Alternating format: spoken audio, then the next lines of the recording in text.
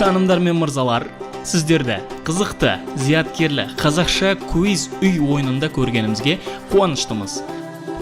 Ойын басталмас бұрын қалам және жауап жазатын парақтарды дайындап қою қажеттілігін хабарлаймыз. Сонымен қатар ойынымыздың толықтай атмосферасын сезіну үшін командаларға бөлінуге кеңес береміз. Ендеше ойын барысымен таныс болайық. Ойынымыз 4 раундтан тұрады. Бірінші бет ашар, екінші сүгіреттер, үшінші тыңда және соңғысы бәстік. Осы раундтардан кейін жеңімпазды анықтап марапаттасаңыздар болады. Ал үзілісті кез келген уақытта видеоны паузаға қою арқылы жасауларыңызға болады. Олай болса, квиз үй 30 секундтан кейін өз бастауын алады.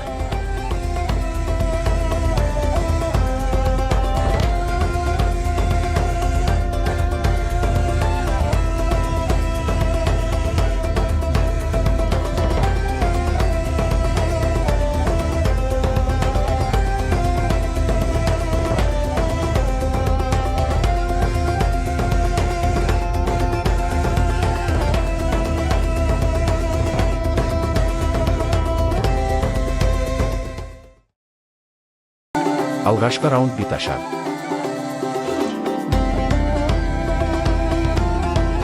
Бет ашар кезеңінде барлығы 7 тесттік сұрақ. Әр сұраққа ойлануға 30 секунд уақыт беріліп, сұрақтарды раунд соңында қайталап, дұрыс жауапқа 1 балл еншілейміз.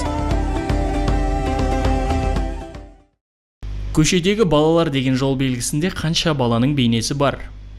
1, 2, 3 және 4.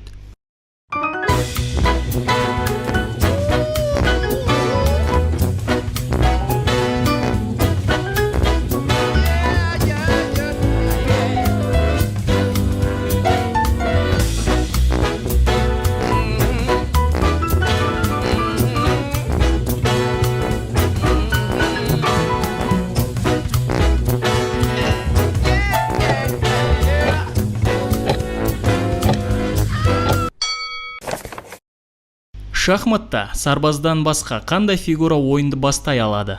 Ладья, ат, ферзь, піл.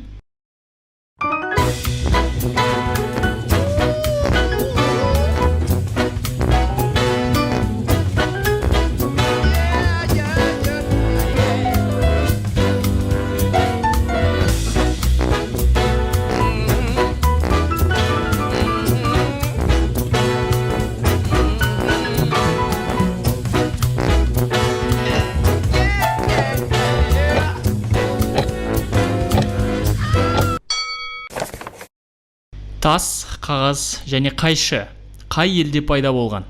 Үндістан, Австро-Венгрия, Израиль және Қытай.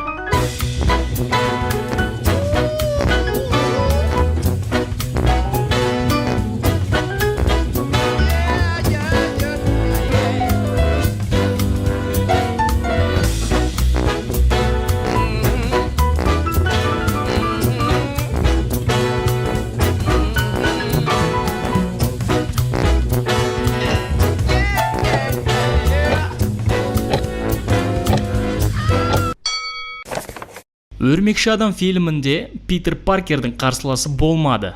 Жасыл гоблин, доктор 8 аяқ, серфер адам және құм адам.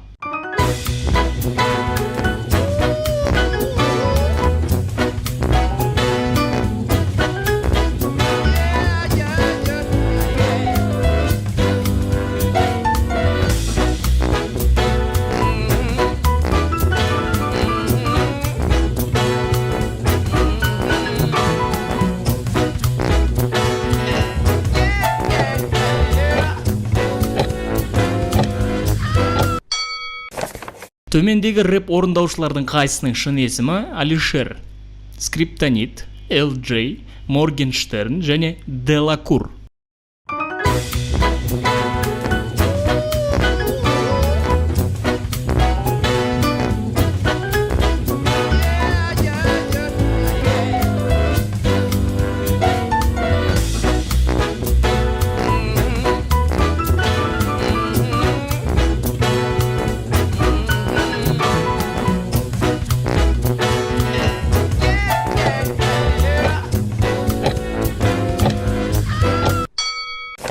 Планеталардың ішінде қай планета өз осінен кері бағытта айналады?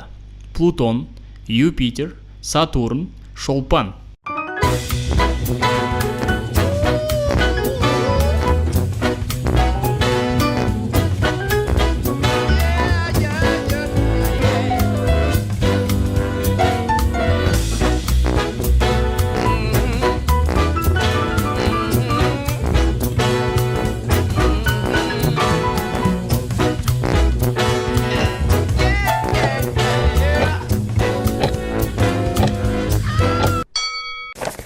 Архимед айтқан эврика сөзі грек тілінен аударғанда қандай мағынаны білдіреді? Мен көрдім, алақай, мен таптым, мен түсіндім.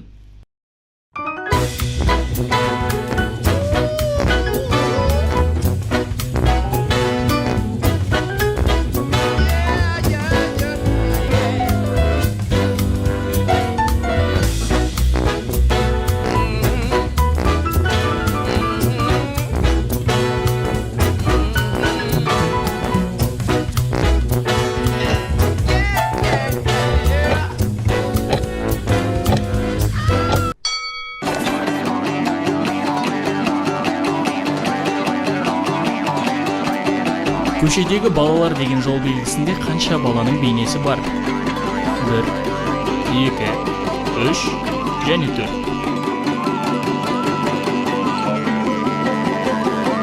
Шахматта сарбаздан басқа қандай фигура ойынды бастай алады? Ладья, ат, ферзь, піл.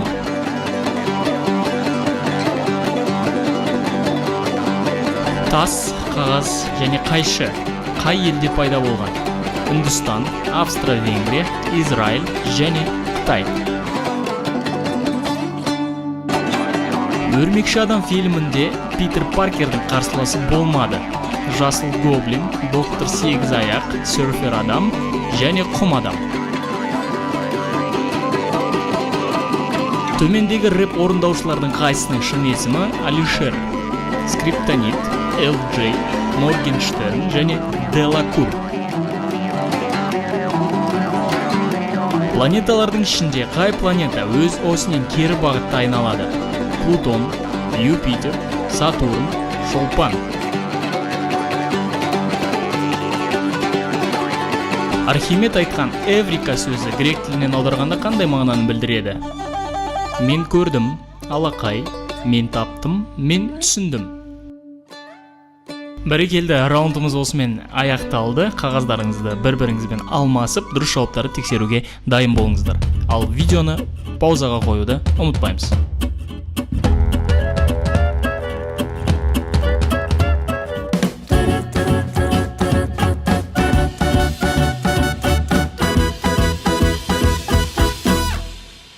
Te dije adiós, llegaste tarde para despedirnos.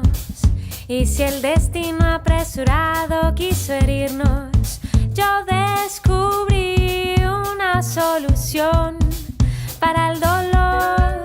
Hice la canción que me pedías cuando aún no te quería. Y prometiste enamorarme algún día. Mientras reías el sol acarició mi corazón.